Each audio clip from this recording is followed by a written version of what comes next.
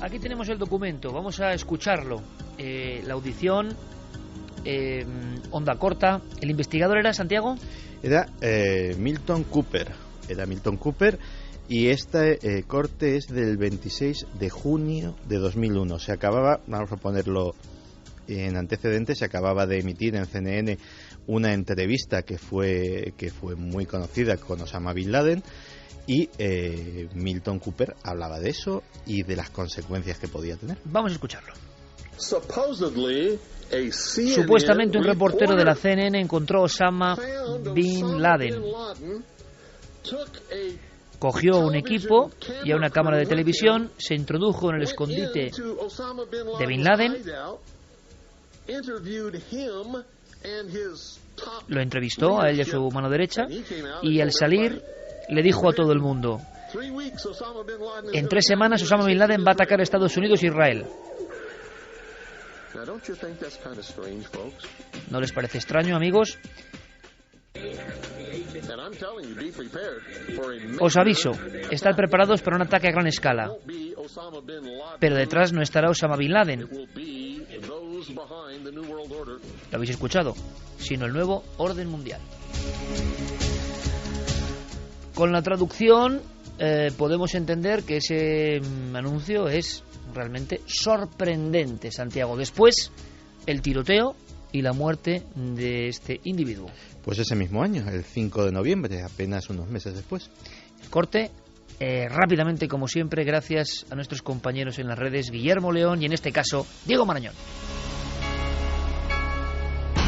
¿Qué os parece si abrimos hueco para Milenio 3 Responde? Como siempre, Carmen, que tenemos un buzón y tú te lo has pasado en grande con el momentazo Pacal. Iba a decir, ahora es trending topic Pacal golpetazo, por decirlo de alguna forma suave, ¿no? Eso pero decían los tuiteros, que tenía que claro, ser trending topic. Kabum Pacal. Yo te digo una cosa, ahí fuera estaba Javier Pérez Campos, estaba Javier Sierra en este caso, estaban Fermín y Santi en su ritual de la terraza de la cadena SER, cosas extrañas que hacen ahí, sí.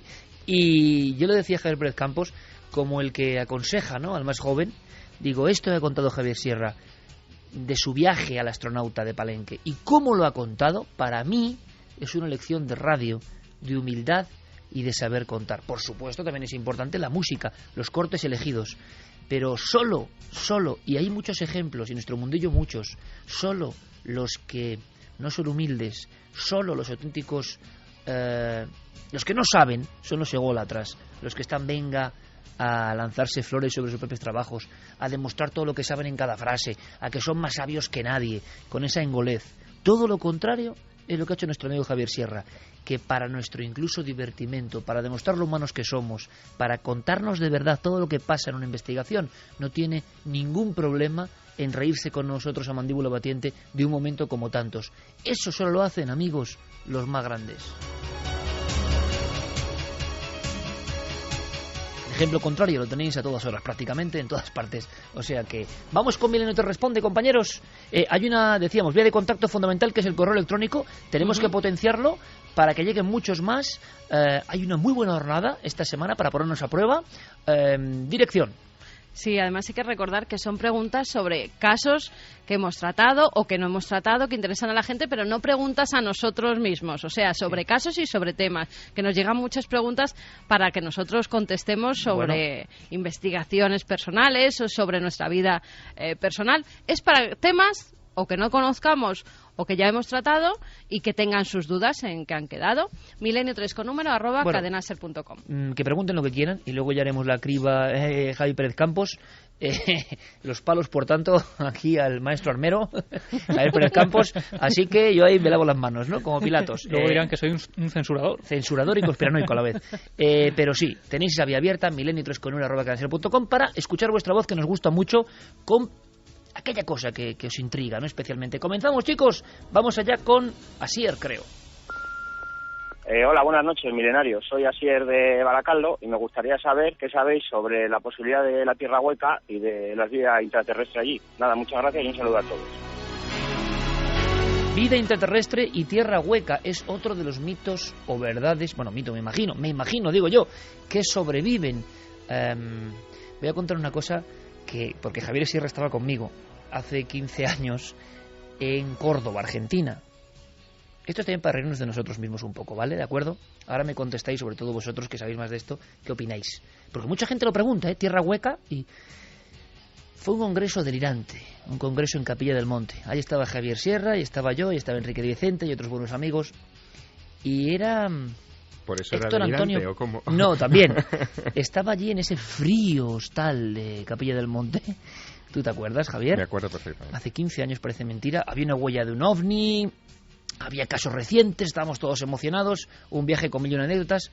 Se nos paró la furgoneta en mitad de la nada, lo de Villa Carlos Paz, la foto de Javier Sierra, Enrique de Vicente y un servidor empujando la Travis, como decía Enrique, en mitad de la llanura argentina. Es impresionante, pero hubo algo más. Había un experto en Tierra Hueca, Héctor Antonio Pico, un hombre en Argentina que ha hecho varios libros, auténtica autoridad. Y yo no sé por qué le dije, don Walter, usted es un auténtico fenómeno, un maestro. Y me pasé todo el congreso llamándole Walter, y el tipo se llama Héctor. Pero se lo dije con tal entusiasmo que en ningún momento me dijo, no, ese no es mi nombre. Convencido, ¿no? Don Walter, tal. Bueno, no sé por qué, pero me acuerdo, es mi única conexión con el mundo de la Tierra Hueca. No sé nada de eso. ¿Vosotros qué sabéis? Pues la verdad es que ha habido múltiples teorías, desde los que afirmaban, y ya lo dijimos alguna vez, incluso en Milenio Tierra Responde, aquel agujero que había en la Antártida, que sería la entrada a la Tierra Hueca, hasta historias intraterrestres, personajes muy populares, ¿eh? Sí, personajes secuestrados por los intraterrestres y que incluso han convivido con ellos. Pero el último berrido en la teoría de la Tierra Hueca es lo que se llama la tectónica de expansión terrestre.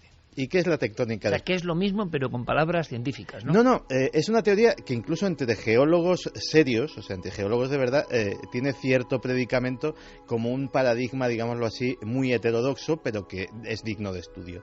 ¿Qué diría eso? Que la tectónica de placas, que la que conocemos, no sería el fruto de una deriva de esas placas por, digámoslo así, por la superficie terrestre, sino que de la Pangea original de ese continente único sería porque la Tierra antes era muchísimo más pequeña y que ese separarse de los continentes es como si vamos soplando un globo, se va haciendo cada vez más grande. Y, lógicamente, ese espacio que queda deja un hueco en el interior. Santi, ¿qué demonios tiene que ver eso con las teorías de lo que estamos hablando? Sinceramente. No, digamos que eso es a lo que se agarran. La versión, ya. Pero intraterrestres, que han aprovechado esos huecos, supuestamente. Claro, que efectivamente la tectónica de expansión terrestre deja un hueco enorme dentro de la Tierra que podría a lo mejor haber sido utilizado por otro tipo de... Javier, menos políticamente correcto en este caso concreto, para los amigos de la Tierra Hueca. ¿Delirio total? Bueno, es un delirio que yo te diría que en fin, que tiene mucho de romántico, ¿no? Es la historia del mundo perdido, en fin, las historias de Richard Saber, que fue el primer escritor que empezó a hablar de estas historias en pleno auge de la ciencia ficción norteamericana en los años 50. Yo creo que no hay más allá de eso, es decir, que... En España llegaron también, hay muchas historias de Tierra Hueca, de... A ver, hay muchas cavidades en este planeta sin explorar, desde luego. En lo que es el manto de... ¿Qué es lo que ha dicho Santi? O sea, es verdad que existen esos, pero atribuir a esos lugares la existencia de civilizaciones. Hay quien habla incluso de un sol interno, que sería el que mantendría caldeados esos mundos subterráneos, pero todo esto es llevar la imaginación demasiado lejos. Es como en España tuvimos el caso de Xavier C. de Vallgorgina, que lo fueron metiendo por unas cuevas, y recuerdo que el enigmático rostro de Xavier C. lo pusimos en la videoteca en Cuarto Milenio y salía él hablando. Era un personaje extraño, estrambótico, que dijo que había sido secuestrado y hizo unas fotografías. Ha habido muchas historias de abducidos de alguna forma que hablaban de que les habían metido dentro de la Tierra. En fin, yo no quiero añadir mucho más. Vamos con la siguiente cuestión. Vamos a ver. Hola, buenas noches. Soy Blanca y llamo de Valencia. Hace poco he visto un reportaje sobre los calderos del Valle de la Muerte de Siberia y me gustaría saber si tenéis constancia de que realmente existen 5 objetos metálicos de origen desconocido sumergidos en los pantanos. Si las personas se enferman extrañamente al estar en contacto con ellos, o si se trata de antiguas o modernas leyendas sobre extraterrestres. Un abrazo para todos y gracias por la radio y televisión que hacéis. No cambiéis nunca. Pues existe la leyenda, efectivamente, de que en un lugar remoto de Siberia hay un lugar que se denomina el Valle de la Muerte, donde hay una serie, no sé si 5, pero una serie de cúpulas, de bóvedas metálicas enterradas en lo que sería el permafrost, enterradas en ese terreno permanentemente helado, y que pues se han dado descripciones incluso muy detalladas, que si tienen un agujerito por el cual se puede vislumbrar el interior, que ese interior siempre está caldeado, que son efectivamente de metal. El problema es que no hay ni una sola foto, ni un solo testimonio fiable. Se habla incluso Pues si no hay una foto, no hay un testimonio fiable. Se habla incluso de una presunta expedición liderada por un tal Valery Uvarov, que Valery Uvarov también lo conozco yo. Pues Valery Uvarov dice que estuvo allí y que tocó él mismo las... Yo no me lo creo. Ahora recuerdo a nuestro compañero Juan Antonio Sanz y en el viaje al Altai, que hablaban de la historia de una especie de, es verdad, de estas bóvedas. Ahí estamos. Pero que no hay evidencia. O sea, una cosa es una tradición y otra cosa es la evidencia. De hecho, lo que estamos comprobando es cómo a través de la red se esto es historias. peligroso, Y nadie más a favor del misterio que nosotros, os lo aseguro. Pero qué peligroso es cuando las personas dan por hecho cosas que no tienen base. No obstante, en China, cuya influencia cultural ha salpicado siempre a esas regiones del planeta, especialmente a Siberia, sí hay una ancestral historia que habla de 9 calderos de bronce que eran los que se utilizaban para comunicarse con los dioses, de fundadores de la religión del panteón chino. Y algunos emperadores, como Qin Shi Huang, el primer emperador, el emperador amarillo, se obsesionaron en buscarlos y en encontrar esos 9 calderos que supuestamente le darían poder sobre el resto de los humanos. Pero hablamos de una tradición mítica, por tanto. Sí, hablamos de una tradición mítica, pero que quizá haya servido en Siberia, deformada con el tiempo y el espacio, para, crear este tipo de historias. Hola, soy Marta, os llamo desde Vitoria y me gustaría ver si podíais ahondar un poco en el tema del pueblo de la Musara, que he leído que hubo una persona que hace como 22 años desapareció de forma muy extraña. Es un pueblo que tiene unas características parecidas a Ochate, puesto que la gente del lugar dice que ocurren cosas extrañas y bueno, a esta persona cuando investigaron no encontraron ningún resto, desapareció sin más y luego hubo amigos que fueron a localizarle y bueno, les pasó en la iglesia cosas un poco extrañas, vieron unas figuras transparentes de guerreros que desaparecieron sin más. Y bueno, me gustaría ver si podíais hablar un poco del tema. Gracias. Un clásico, 3 y 18, un clásico de los lugares españoles, vamos a decir, un tanto extraños, potenciado por diferentes reportajes e investigaciones en los últimos años, y es verdad que había por lo menos alguna desaparición bastante insólita. Enrique Martínez Ortiz, si no me equivoco, y puedo equivocarme, pero creo que hace muchos años en Enigmas, Lorenzo Fernández en concreto sacó el cartel de desaparecido de este individuo y que según cuenta la investigación, no sé hasta qué punto podrá haber cambios o se han sabido nuevos datos, porque también yo he escuchado en casos desaparecidos otras versiones, pero que iban en fila todos y desapareció rápidamente, ¿no? En una jornada simplemente de búsqueda de setas. Bueno, pues desapareció. Y que parece que había más casos. Cerca tenemos Tivisa, es decir, un entorno muy especial, ¿no? Muy significativo. Los mitos españoles que posiblemente tienen algo, evidentemente, y que lo que sí ha ocurrido es que todas las investigaciones efectuadas en estos entornos no han arrojado mucha más luz. Y lo que sí, y es misterioso, es cómo acuden grupos más o menos oscuros, de los que les gusta lo que decíamos antes, lo denso, lo primario, lo sangriento, a estos sitios. Se enteran muchas veces de la presencia de estos casos y acuden a ellos. No es que tuviesen un conocimiento previo ancestral que recorra los siglos y que tenga un sentido, sino que a raíz de una explosión, digamos, periodística, acuden, ponen velas, pues como ha pasado en Ochate, por desgracia, ¿no? Que no tiene nada que ver con los ritos extraños, y ahora en Ochate, las pobres ruinas de Ochate han tenido que ver cada ritual que es de vergüenza ajena, más bien, ¿no? Seguimos. Hola, soy María Pilar y me gustaría haceros esta pregunta. Con la de conspiraciones que cuenta Santiago Camacho en vuestro programa y lo que dijo en el último sobre la conspiración sobre Kennedy, que él piensa que no se sabría jamás, ¿cómo creéis a pies juntillas lo que comunica la NASA, que es un organismo militar puro y duro, de que en la Luna no vieron o encontraron algo más? Porque los creéis a unos y a otros no, con lo que nos mienten diariamente y que lo vemos reflejado en las noticias. Gracias.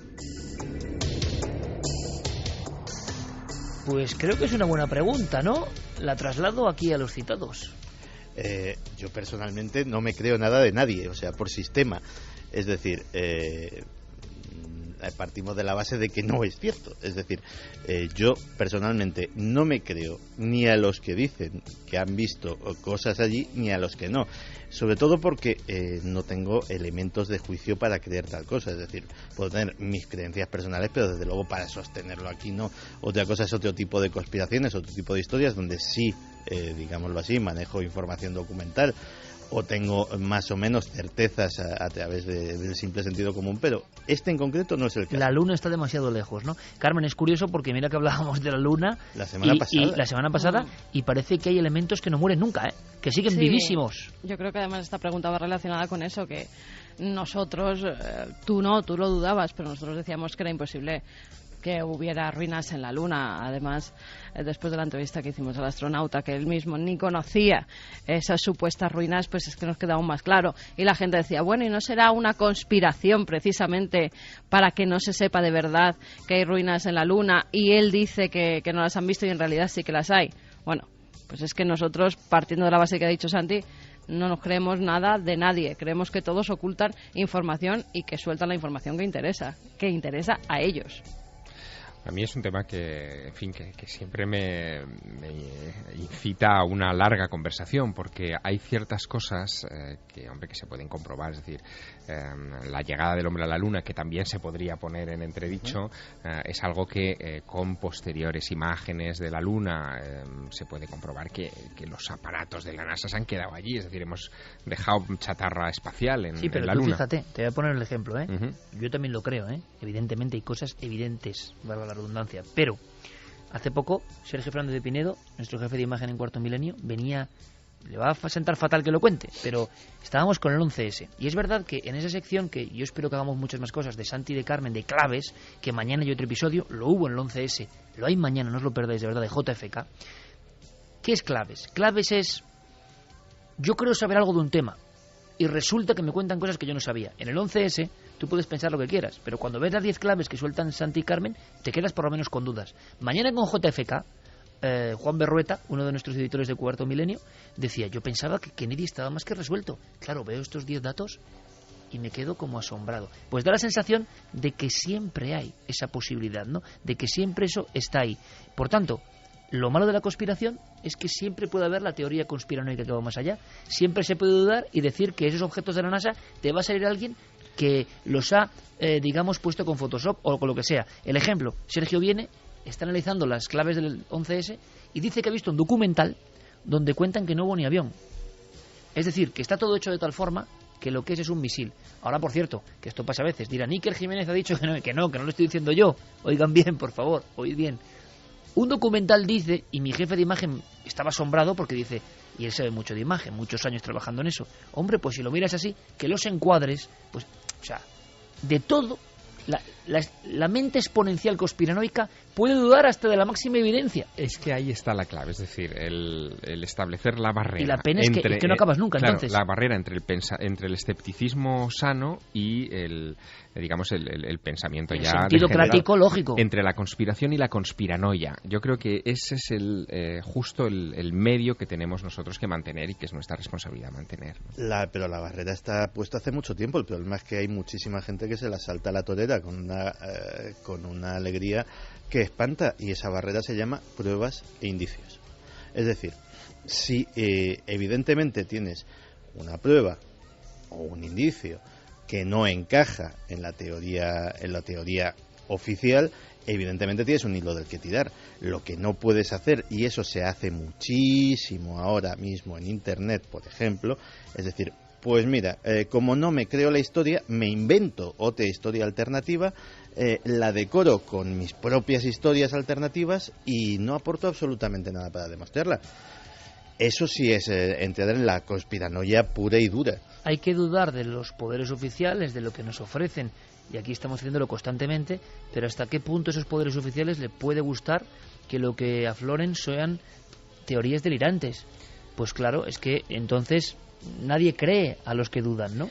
A veces yo creo que también hay que usar la lógica y es lo que nos falla, porque con el despliegue, no solo económico, sino a muchos niveles que hizo la NASA para llegar a la Luna, ¿qué más querrían ellos que haber dicho que encontraron ruinas, que encontraron incluso restos de vida humana, que es incluso lo que se intenta perseguir actualmente cuando se manda una nave a Marte? Todos estamos esperando a que por fin den la noticia de vida en Marte, ¿no? Ahora sí le están buscando.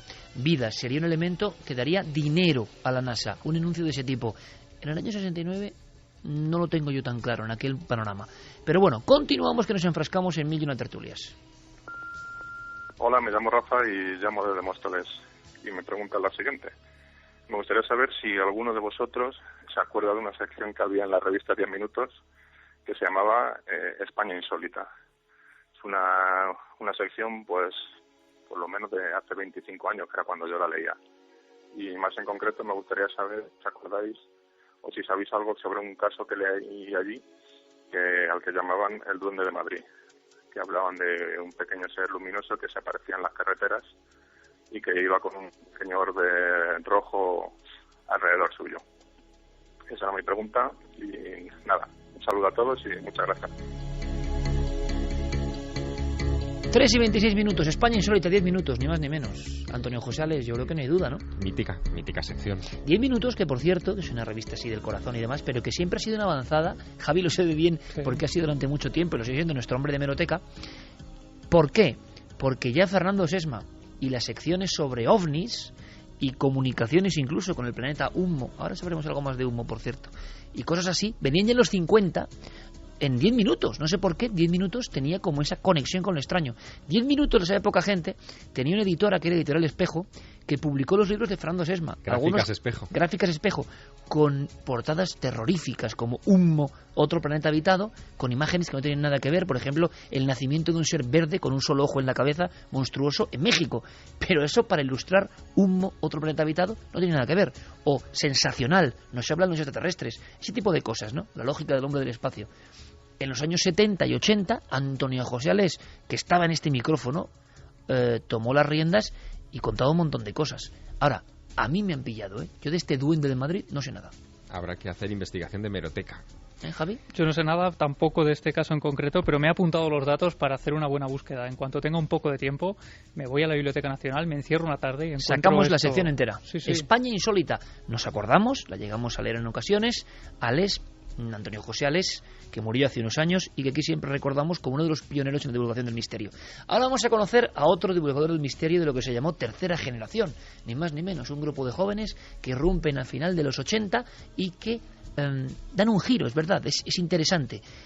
Quieren ser periodistas, ya no quieren ser solo ufólogos, no quieren ser especialistas en temas. Han bebido de JJ Benítez, de sus libros, han visto a Fernando Jiménez en la televisión, han leído a otros clásicos como Antonio Rivera, Eugenio de Ayans, han sido influenciados poderosamente por El Retorno de los Brujos o por Erich von Däniken. Pero ellos tienen otra idea. No solo quieren ser expertos, quieren contar a los demás, quieren transmitir siendo periodistas, ampliando su abanico de temas.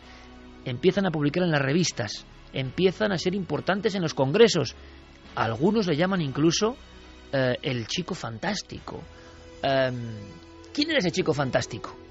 Había un chico en Vinaroz y en Teruel que se convirtió en un auténtico mito. Hoy vamos a conocerle. ¿Será ese individuo uno de los nuestros? Buenas madrugadas. Identifíquese, por favor. Javier Sierra Albert.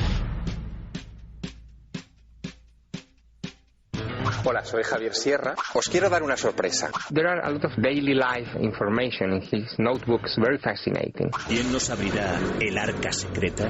Puedes entrar todas las veces que quieras con un carnet rojo super mono. Te vas a dar cuenta de algo alucinante. Las exportaciones bajo el sello Jamón de Teruel han crecido este año un 42%. He escrito un libro, El Maestro del Prado. Y le digo, Javier, yo creo que no vas a vender nada. Bueno, ¿y cómo vamos a rematar esa apuesta?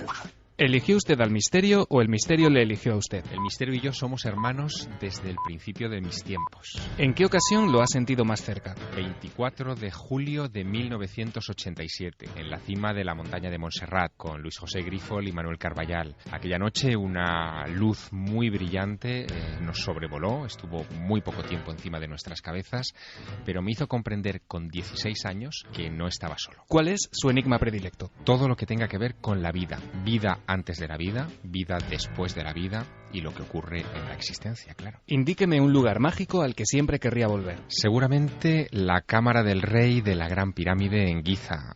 Pasé una noche allá dentro en total soledad y es el refugio mental al que acudo cuando necesito aislar. ¿Somos producto del azar y la evolución o hay algo más? Somos producto de un diseño.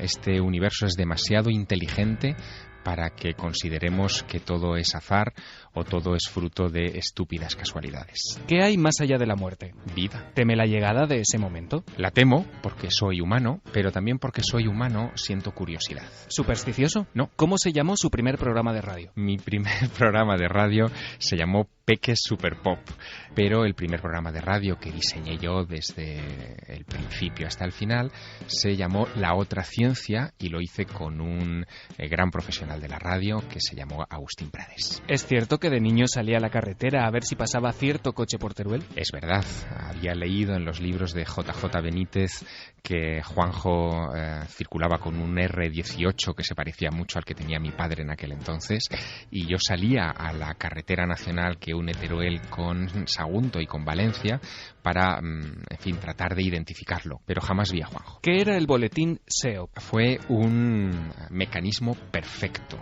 Las fotocopias de ese boletín dedicado a los ovnis y a los primeros misterios que yo hice con 13 años, lo elaboraba en el despacho de mi madre en Hacienda y lo recibían 30 personas en aquel tiempo, entre ellos Antonio Rivera, JJ Benítez y Fernando Jiménez del Oso.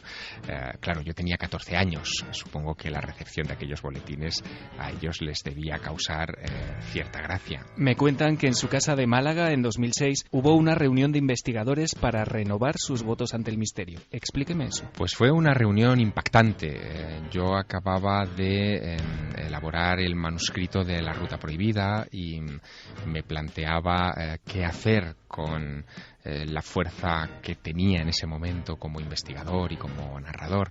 Y en esas estaba cuando llegaron a casa Carmen Porter e Iker Jiménez y junto con Eva Pastor, con mi mujer, los cuatro pasamos unos días de reflexión sobre ese tema. Estábamos agotados, eran muchos años ya los que llevábamos trabajando en estas cuestiones con mucha intensidad, pero a raíz de aquellas conversaciones nos dimos cuenta de que este tema no es un tema.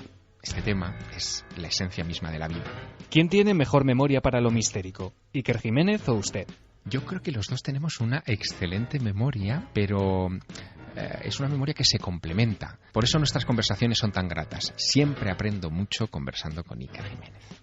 ¿En qué cree Javier Sierra? Creo que no estamos solos. Creo que hay alma dentro de nosotros.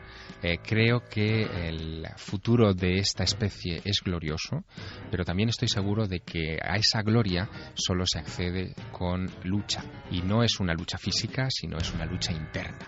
Pero venceremos. ¿Cuál ha sido el fregado más grande en el que se ha metido? Pues ha habido muchos a lo largo de mi vida, pero quizá uno de los más sorprendentes fue cuando me impliqué hasta el tuétano en la investigación del asunto Hummo. Tenía mis sospechas sobre quién podía ser el autor de ese fraude y terminé con una grabadora y una videograbadora filmando una reunión desde dentro de un armario. En fin, una situación que algún día tendré que contar porque es casi, bueno, no sé si del Agente 86 o de James Bond. Si piensa en su infancia, la imagen que aparece en su memoria es... El día que recibí un sobre de Antonio Rivera en el que había un libro dedicado para mí, que se titulaba OVNIs en Iberoamérica y España. Aquel libro, de alguna manera, cambió mi vida. Había escrito... Un libro y una película. La película ya la conoces, Encuentros en la tercera fase. Y un libro, Las huellas de los dioses, Graham Hancock, 1995. Un pintor y un músico. The Alan Parsons Project. Y un pintor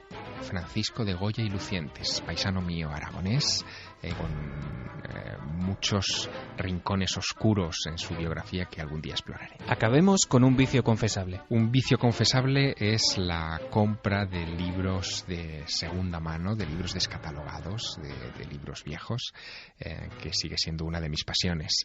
En una librería, y más si es una librería de viejo, el tiempo se detiene para mí. Gracias por su colaboración. La identificación ha sido completada con éxito. Desde este momento puede considerarse, de forma oficial y por méritos propios, uno de los nuestros. Las músicas de Vangelis eran propias de esa época en la que el niño Javier Sierra salía a la carretera Teruel-Sagunto buscando una cosa que nos puede parecer hoy, para muchos les parecerá delirante, una locura. Yo añadiría que una sana locura, compartida en este caso. Ver como quien ve una carabela que le va a llevar a otros mundos, un coche, un Renault 18, porque sabe que hay un reportero tan enloquecido como él, tan niño quizá como él, que lleva años recorriendo España con una fe inquebrantable, buscando a los ovnis y a sus ocupantes, en los que cree como individuos de procedencia extraterrestre. Y ese reportero del Heraldo de Aragón, la Gaceta del Norte, La Verdad de Murcia, ese reportero puede pasar en cualquier momento. Ese reportero puede provocar un encuentro en la tercera fase con ese niño que sueña tras leer uno de sus libros. Esto es verdad, porque yo lo sé. Y lo digo y lo remarco porque nuestro compañero, por ejemplo, Javier Pérez Campos, y seguro que muchísimos chicos jóvenes de su edad habrán abierto la boca alucinados. ¿Esto será verdad? ¿Es exageración? Los investigadores que han llegado a cierto nivel de aceptación y de éxito, bueno, pues como que cuentan. No, esto es verdad. ¿Y esto quién lo haría hoy? ¿Hay personas capaces de salir a la carretera a buscar de verdad, en una combinatoria de probabilidades imposible, ese coche que lleva a otros mundos? ¿Qué tenía ese niño diferente a los demás, capaz de hacer esa locura? Porque evidentemente, y veía a Santiago y veía a Javi muy atentamente, sobre todo ellos dos, cómo se sorprendían con muchas de las respuestas de este test maravilloso que siempre hace nuestro compañero Diego Marañón, uno de los nuestros. Pero escuchando a Javier, y tenemos la oportunidad de preguntarle, yo, aparte de lo importante que fue para ti ese ovni de Montserrat, esa cosa que tú sabías en aquel momento que no era normal, a mí con lo que me quedo, entre otras muchas cosas que compartimos, y otras no seguramente, evidentemente, para enriquecernos como debe ser, a mí lo que me llama la atención, compañeros, es eso. Porque muchos niños leían libros de Benítez y de Bondani, que es lo que tenemos aquí. Y muchos incluso, estoy seguro, llegaron a hacer boletines como ese SEOF, con muy poca edad. No tantos se metieron en un programa de radio, pero lo sabría. Pero el detalle de irse a la carretera para ver si pasaba Benítez es un nivel que ¿de dónde viene ese nivel? ¿Por qué esa locura? Imagino que tú mismo te lo has preguntado muchas veces, ¿no? Sí, la verdad que es una pregunta que me hago de vez en cuando reflexiono sobre los orígenes, ¿no? Sobre de dónde venimos. Y la verdad es que la clave, como siempre, está en seguir manteniendo esos ojos, ¿no? El seguir esperando ese coche, que ahora ya no es el coche de Juanjo, porque a Juanjo ya lo conocemos, pero son otros coches, ¿no? Que siguen pasando por nuestras carreteras, que siguen llevando gente interesante, que siguen escondiendo historias interesantes y que yo quiero conocer y quiero contar.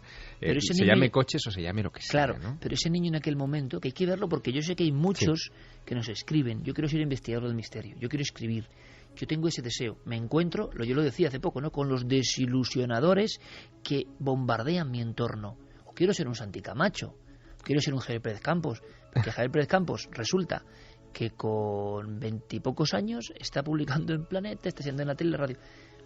Pero yo pienso que para llegar a eso no se puede llegar de cualquier forma. Y por cierto, uno nunca llega a ningún sitio, siempre está en el camino. Pero es porque ha habido algo de verdad pulsante, que yo no sé de dónde viene, ni a dónde va, ni por qué se produce. ¿Es solo la fantasía de los temas misteriosos, como muchos dicen? ¿Es una mente infantil que no ha madurado? Bueno, es que hay millones de mentes infantiles que no maduran y no conozco a tantos, Javier Sierra. ¿Qué pasa ahí? ¿Qué ha ocurrido ahí? ¿No es un enorme misterio? El de la infancia, cuando llega algo y te cambia la vida y tú sabes, porque en mi vida también hay paralelismos, que no puedes hacer otra cosa, que estás hilado a esos temas. No es una pasión, no es un hobby, no es voy a hacer esto y de mayor no sé qué. Es que sueñas con eso, vives con eso. Esta semana me hacía muchas preguntas. Oye, tú desconectas. Bueno, yo tengo una vida absolutamente normal, pero desconectar ¿de qué? lo mío no es un oficio. A mí si me llega algo, se me afilan los dientes cuando llega algo que me emociona. Estoy permanentemente buscando noticias. Yo no desconecto en mi horario laboral. Por eso nos sorprende cuando encontramos personas con todo su derecho a trabajar y vivir en temas que no le gustan. Es normal, pero yo me pregunto, porque sé que somos varios, ¿qué pasa ahí? ¿Sabes lo mágico de esta historia, de la del coche? Que yo estoy seguro, pero completamente seguro, que hay niños ahí fuera que ahora están esperando ver pasar el coche de Iker Jiménez o de Santiago Camacho o de Javi Pérez Campos. Ojalá. O el mío. Yo estoy seguro, Iker, porque esto es una cadena de transmisión. Nosotros la hemos recibido. Creo que es bueno, además, que hablemos abiertamente, en fin, de dónde hemos aprendido tantas cosas y cómo algunas de esas cosas que hemos aprendido hoy las cuestionamos o las repasamos o dudamos de ellas y avanzamos y proponemos otras respuestas, pero yo estoy seguro de que los niños que están esperando ver pasar el coche de uno de nosotros están ahí fuera. ¿Y lo tienen más fácil o más difícil? Bueno, yo no sé si más fácil o más difícil. Desde luego lo que yo creo es que este es el ejemplo perfecto y por eso admiro a Javier, porque también me siento identificado en esa serie de detalles, ¿no? Yo no conocía esto del coche, pero me ha dejado impresionado porque es un detalle que es el ejemplo claro de cómo uno siente profundamente lo que hace y llega alto. Y cuando la gente te pregunta, bueno, ¿y tú cómo lo has hecho para llegar hasta ahí? Esa gente quizá nunca llegue hasta ahí porque su meta es llegar, no disfrutar del camino, no encontrarse con ese coche, porque para Javi en ese momento la ilusión de su vida era toparse con el coche de Juanjo. Quizá ahora cuando lo cuenten, la gente fría, la gente que es calculadora, que no es capaz de entender por qué uno es capaz de vivir profundamente estas cosas, pensará, bueno, a lo mejor estaba esperando ese coche para entregarle un currículum, para conocerle, para llegar, que le echara una mano, y sin embargo no. La clave real es que Javier esperaba ilusionado a ese maestro, a esa persona, porque le había hecho soñar y porque en el fondo lo admiraba profundamente. Escuchemos la intuición femenina, Carmen. Porque hay un secreto, yo os lo juro, que cada vez lo pienso más y lo reflexiono más, y mis oyentes, nuestros oyentes dirán, tú ya estás en la quinta dimensión, también como unas maracas, como decían. Bueno, quizás sea también un plan ahí preestablecido, que uno acaba preguntándose por quién es y por qué, ¿no? Evidentemente es un misterio que hemos vivido y que ha existido, pero cómo le brillaban los ojos a Javi Pérez Campos escuchando este detalle que él no conocía, ¿no? Javier Sierra, el escritor del éxito, el bestseller internacional, salía a la carretera polvorienta y seguramente en aquel momento mucha más gente se reía de él. Ahora no. Es que es Javier Sierra, claro. Igual salgo a ver si veo algo. Pero en aquel momento no tenía que ser sencillo ni fácil, ¿no? Pues no tenía que ser nada fácil, pero creo que alguien lucha por sus sueños, al final acaba consiguiéndolos. Y él no solo consiguió ver el coche de JJ Benítez, consiguió montarse en el coche con JJ Benítez. Después de perseguir tantos sueños, después de esperarle tantos días en los márgenes de la carretera, pues su sueño se fue cumplido. Quien algo quiere, algo le cuesta, pero también lo consigue. Pero el mensaje ahora es mucho más difícil, o no lo sé. Siempre hay muchas personas que intentan apartarte del camino, ¿verdad, Santi? En cualquier momento. Y estamos hablando de esto, ¿por qué? Porque sabemos que hay muchos jóvenes y hay muchos países. Y que muchos, a raíz del impacto de lo que contamos, lo decimos sin ninguna tontería, es que nos conocemos ya todos, ¿no? Nos llegan no solo currículums a nivel laboral, es que esto no es laboral. Ojo, es que esto no es laboral, esto es otra cosa. Un montón de personas que en determinadas edades quieren seguir la senda, sienten el impulso de los temas que contamos o de lo que sea, y te preguntan consejos y te piden, y tú no sabes muy bien qué decir.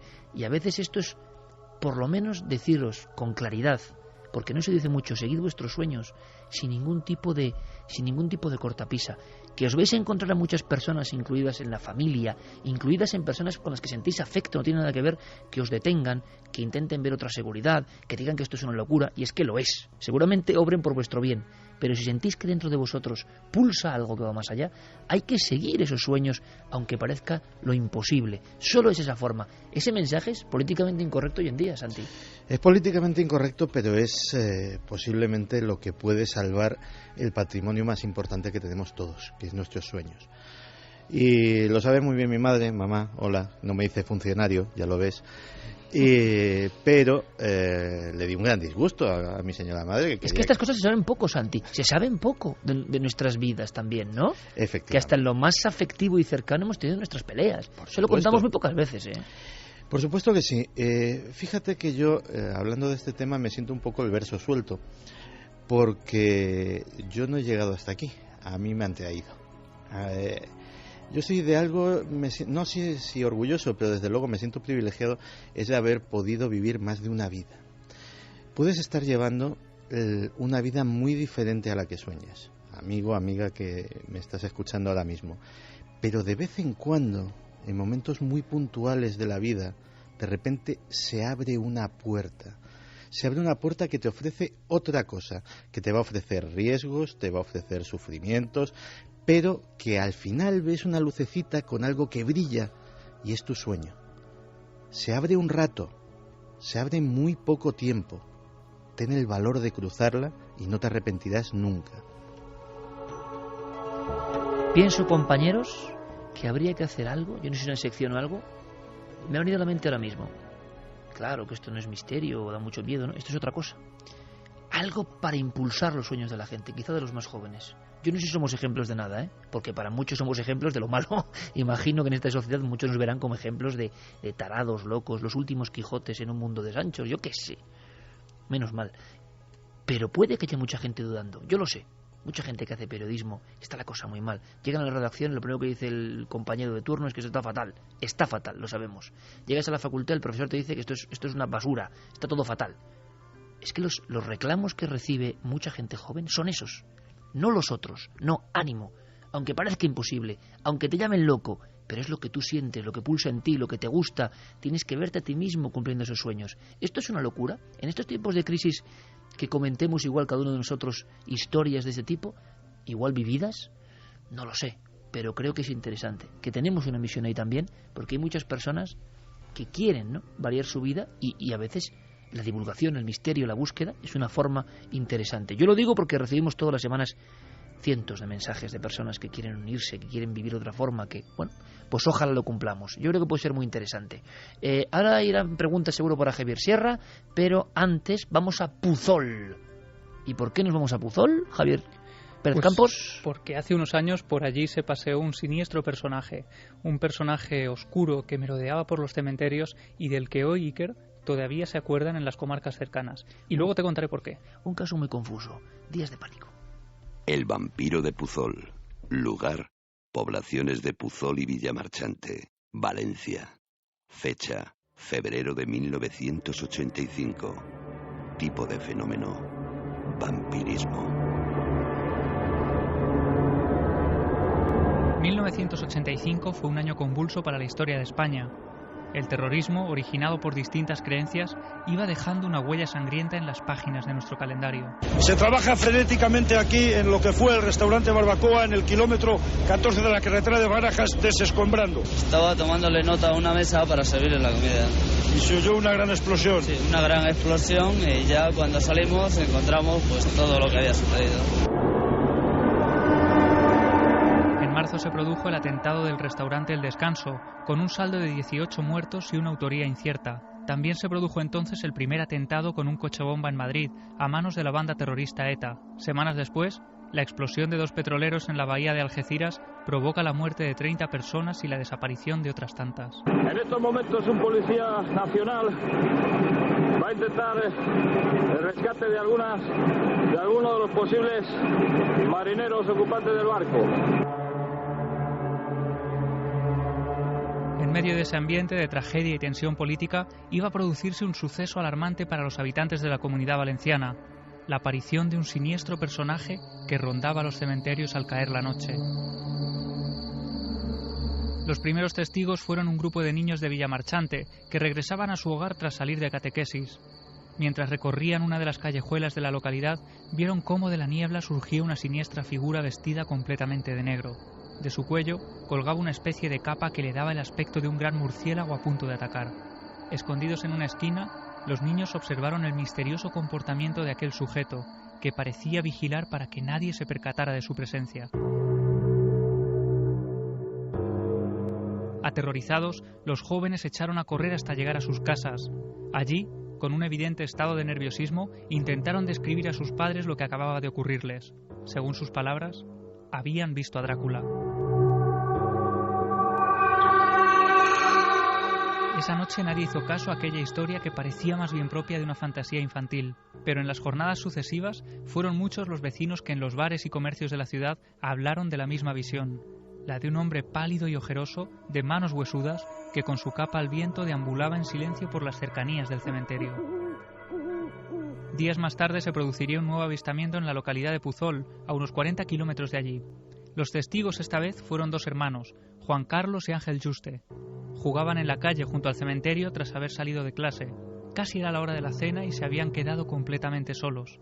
Pero de pronto, una silueta surgió casi de la nada, a unos 20 metros de distancia. El individuo empezó a perseguir y ha marcado profundamente.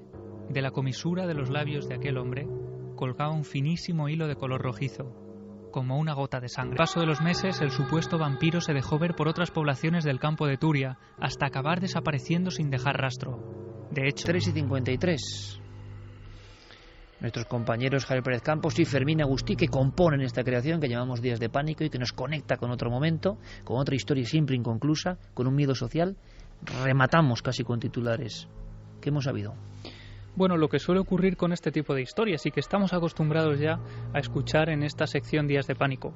Al final concluyen con que esto podría ser alguna broma de alguna persona que se aburre, que no tiene otra cosa que hacer y que se disfraza para aterrorizar a varias poblaciones. Pero lo cierto es que al final no hay ni rastro del bromista, no se sabe quién y por qué podría haber hecho todo aquello.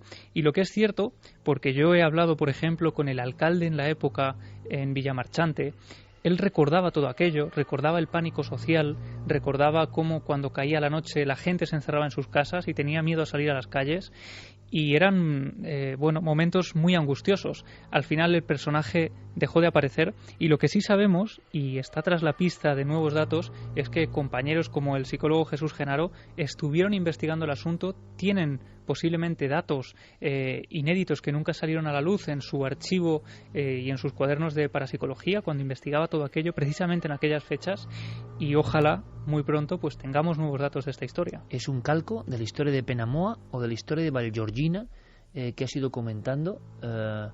Es decir, apariciones grotescas de algo y de repente, de la misma forma que llegaron, se marcharon. Lo que quedó, precisamente el pánico. Pascuala Alcocer, la criada de 16 años, se ha girado mirando hacia atrás.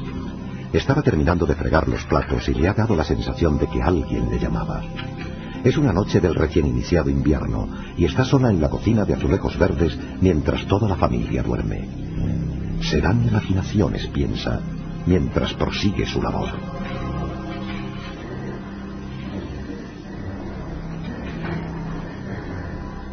Desde el marco de la puerta comprueba que todo está en su sitio y pulsa el interruptor de la luz. Todo queda en penumbra. Antes de dar el primer paso en busca del pasillo, vuelve a escuchar algo. Pero esta vez es algo que no podrá olvidar nunca. Oh, Dios mío.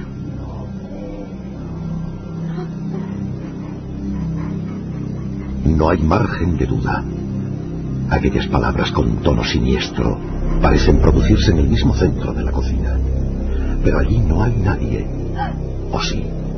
La joven aún le echa valor y avanza en la oscuridad. ¿Hay alguien ahí? Oiga.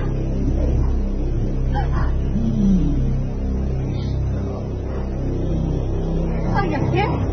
Justo al darse la vuelta, esta vez más cerca, casi notando un aliento rozándola, escucha una risa siniestra que deja a la criada sin aliento.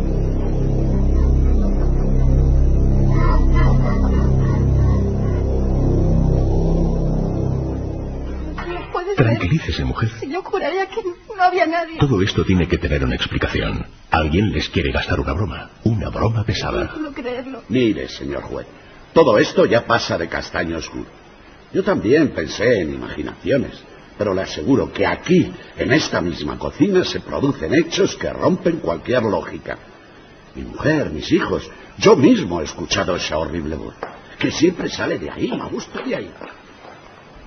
El dueño de la casa mostraba el lugar de la cocina de donde salían las voces extrañas. El juez de distrito de Zaragoza, Pablo de Pablos, no podía creerlo. Toda la ciudad estaba revolucionada por algo que solo podía ser obra de un demente. Una familia asustada, la prensa llena de titulares refiriéndose a un duende, y aquel hombre respetabilísimo, el señor Palazón, señalando con mano temblorosa hacia la hornilla que hacía de respiradero de humos del edificio. La voz y la cara de espanto del jefe de la policía armada, que bajaba de la azotea, le sacó de sus pensamientos. Pablo, hemos registrado cada piso, cada tubería, cada hueco del edificio y nada. ¿Pero cómo que nada? No lo entiendo. Nada, señor. No hay orificios perpetrados con berbiquís o medios similares. Se ha aislado el edificio y ya sabe lo que ha ocurrido. Lo hemos convertido en un búnker. Son mis hombres los que ya no comprenden la situación y esperan órdenes. Efectivamente, esa misma madrugada, con 17 policías custodiando la casa número 2 de la calle Gascón de Botor, la voz había vuelto a escucharse. Y esta vez amenazando directamente a los allí presentes. Según el reloj del jefe de la policía armada, ocurrió a las 3:16.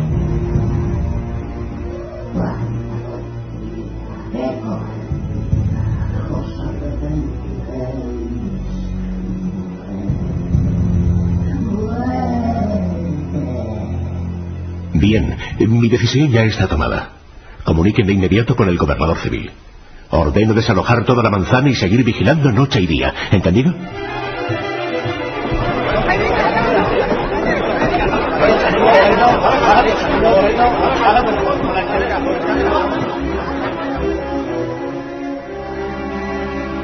La prensa regional y nacional hacía guardia en el portal junto a centenares de curiosos dispuestos a toparse cara a cara con lo insólito. Los guardias expeditivos no dudaban en mitigar cualquier conato de aproximación a la vivienda a golpe de porra. Uno de los más insistentes era un periodista joven del Heraldo de Aragón, Andrés Ruiz Castillo. Venga, Romeo, déjame pasar. Ya sabes que me debes una. Mira, Castillo. Apártense, por favor. Mira, no me toques la moral, que ya estoy bastante quemado con este asunto. ¿No sabes que hasta el gobernador ha hecho una nota llamando a la calma? Eso ha provocado que el gentío se nos eche encima. Esto es cosa del demonio. Aquella misma mañana toda la prensa española amanecía con una nota sorprendente de don Otero Mirelis, gobernador civil de Zaragoza. Después de 2 semanas de intensa investigación, no se encontraba un culpable. Y la voz proseguía en el mismo lugar, inesperada, repentina, a veces dejando pasar muchas horas sin manifestarse, y en otras ocasiones surgiendo como un trueno hasta 3 y 4 veces seguidas. El periodista, mientras observaba los disturbios callejeros, extrajo de su gabán el histórico comunicado y lo leyó bajo el umbral del portal. Son ya muchos días que se está tratando la espinosa cuestión del duende, que al objeto de evitar ridículos y situaciones poco gratas, creo que será prudente silenciar el asunto hasta que la policía descubra al que con sus monosilábicas frases ha logrado atraer la atención del país y preocupar a algunas personas. Por ello robo a la prensa atienda mi indicación. Ya lo ves, está la cosa muy mal. Señora, por favor, apártese. Hasta dicen que el Times de Londres lo ha sacado en primera plana. Atrás, por favor, por favor. Nos van a llover palos como no cojamos al bandido que está creando todo esto. Pero tú lo has oído. Varias veces, sí. Y era muy desagradable. Decía maldiciones. Ya te digo, cosa del demonio. Mira, Romeo, escúchame. Si tú me dejas entrar, puedo saber si eso se está emitiendo por radio de algún modo. Sabes que voy a formar parte de la nueva emisora de la ciudad y que conozco un poco el mundo de las ondas. ¿Pero qué ondas? Ni qué ondas, hombre. Por favor, no se echen encima. Atrás, por favor. Que te digo que me crujen si dejo pasar a alguien de la prensa. ¡Que me crujen, Castillo! Mira, las ondas son un mundo mágico, que me llega ahora como novedoso, pero he pensado que igual alguien está aprovechándose de eso y asustando con algún motivo a la familia. Mira, Romeo, si tú me dejas pasar, te lo juro que serás tú el que pille al infractor y que se lleve la medalla. Yo ya lo publicaré después cuando tú me digas. ¿Qué te parece? Para el periodista Andrés Ruiz Castillo, aquella era la gran exclusiva de su vida. Provisto de una bata blanca, su amigo le había franqueado el paso, convirtiéndole por arte de magia en médico psiquiatra, que tenía que velar por la salud de los presentes en la cocina de los misterios. El corazón le latía fuerte al ir ascendiendo por aquella escalinata de madera vieja. No estaba muy lejos del rellano del segundo piso, cuando instintivamente, como en un acto de defensa, se echó atrás. Un viento helado le detuvo. Bajó rápidamente, proveniente de algún lugar. Un frío repentino que hasta le despeinó. Después, pudo escuchar algo que le llenó de pavor.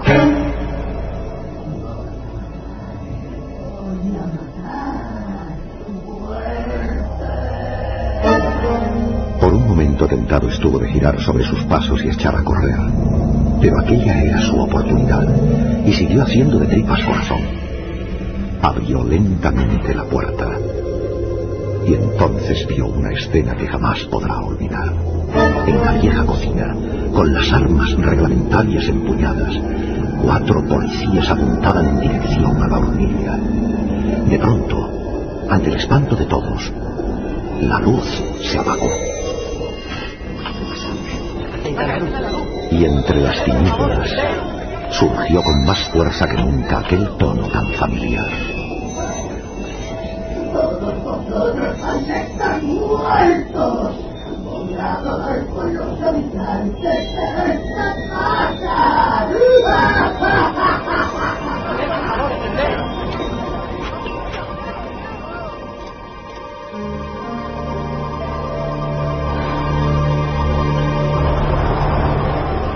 Los que asistieron a esta escena saben que si no hubo un fallecido en aquel tumulto a oscuras, fue por puro milagro. La voz siguió lanzando sus malos augurios, al tiempo que los 5 presentes, los 4 policías y el periodista, llegaban abajo como el alma que lleva el diablo. Algunos se palpaban el pecho, con los ojos casi saliéndose de las órbitas, sin poder dar crédito a lo que habían escuchado. Mientras tanto, Andrés Ruiz Castillo se guardaba disimuladamente la cámara fotográfica tras haber realizado instantáneas de todo aquel ambiente irrepetible. Mientras, en otro lugar, el problema seguía vivo. Bien, señores, seré sincero, yo ya no sé cómo actuar. Se ha demostrado que no era la sirvienta a quien primero acusamos con la débil teoría de la ventriloquía inconsciente. Hemos vigilado noche y día, cortado el agua, bloqueado la manzana, excavado la zanja para examinar el cableado. ¿Me quieren decir qué demonios podemos hacer ahora? Yo tengo una idea, señor juez. Algo que no es científico, pero que nos puede dar una solución. Es el último clavo al que aferrarse. Yo lo llamo mediunidad hipnótica. Es seguro que la propuesta del doctor Baltasar Riera no se hubiese aceptado en otras circunstancias. Acudir a una doctrina tan poco conocida y arriesgada como el espiritismo y la hipnosis de manera oficial hubiera sido motivo de durísimas críticas. Pero tanta era la angustia por resolver el enigma que finalmente se mandó llamar a una mujer de un pueblo de la provincia, conocida por sus extraordinarias dotes, para entrar en trance. Su nombre, Asunción Álvarez. Ya lo noto. Ya percibo la presencia. Ya está cerca. Ya ¿Qué es? Doña Asunción, ¿qué es? El doctor, como el resto de los presentes, incluido el jefe de la Brigada de Investigación Criminal desplazado desde Madrid, miraban asombrados a una mujer aparentemente dormida. Todo permanecía a oscuras, y aquella escena digna de otro tiempo se desarrollaba en total secreto. De pronto, sonaron unos golpes que hicieron retumbar las paredes. ¡Quietos! ¡Quietos, por favor! No saquen sus pistolas. Permanezcan agazapados, cada uno en su sitio. Por favor. Este experimento es muy importante y esto puede ser algún tipo de comunicación. Es maligno. Es algo maligno. Está aquí. Está aquí. ¿Cómo dice? Doña Asunción, ¿quién está aquí? ¿Se trata del duende? Es maligno y está aquí. Está aquí para traernos la muerte. Está sufriendo una arritmia. Pida auxilio. Despierte. Asunción, despierte. Encienda la luz y traigan un vaso de agua y una toalla, por favor. Está bien. Asunción agonizaba en su extrañeza. Su orondo rostro se había arrugado como si repentinamente hubiese envejecido 50 años. La risa era rígida y los ojos, como dos huevos, parecían querer salirse de las órbitas, sin rastro de pupila, completamente blancos.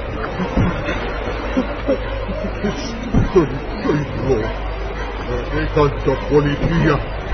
¡Qué cobardía! ¡Soy yo! Tiene pulsos. ¡Llamen al hospital! ¡Vais a morir! ¡Vais a morir! Esta mujer agoniza. Se muere. Por favor, llamen al hospital, rápido.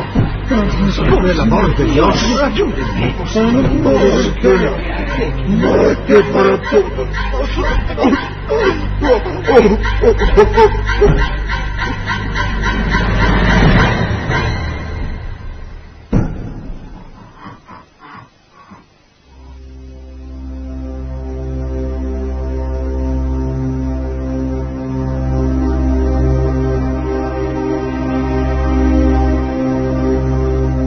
Aquel experimento fue un fracaso y costó una vida humana.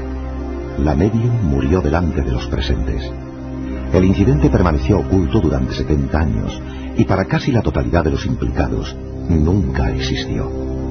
Lo curioso es que después de aquella sesión con final fatal, la terrible voz del supuesto duende, fuese quien fuese, jamás volvió. Hoy poca gente en Zaragoza recuerda estos hechos que fueron portada de toda la prensa.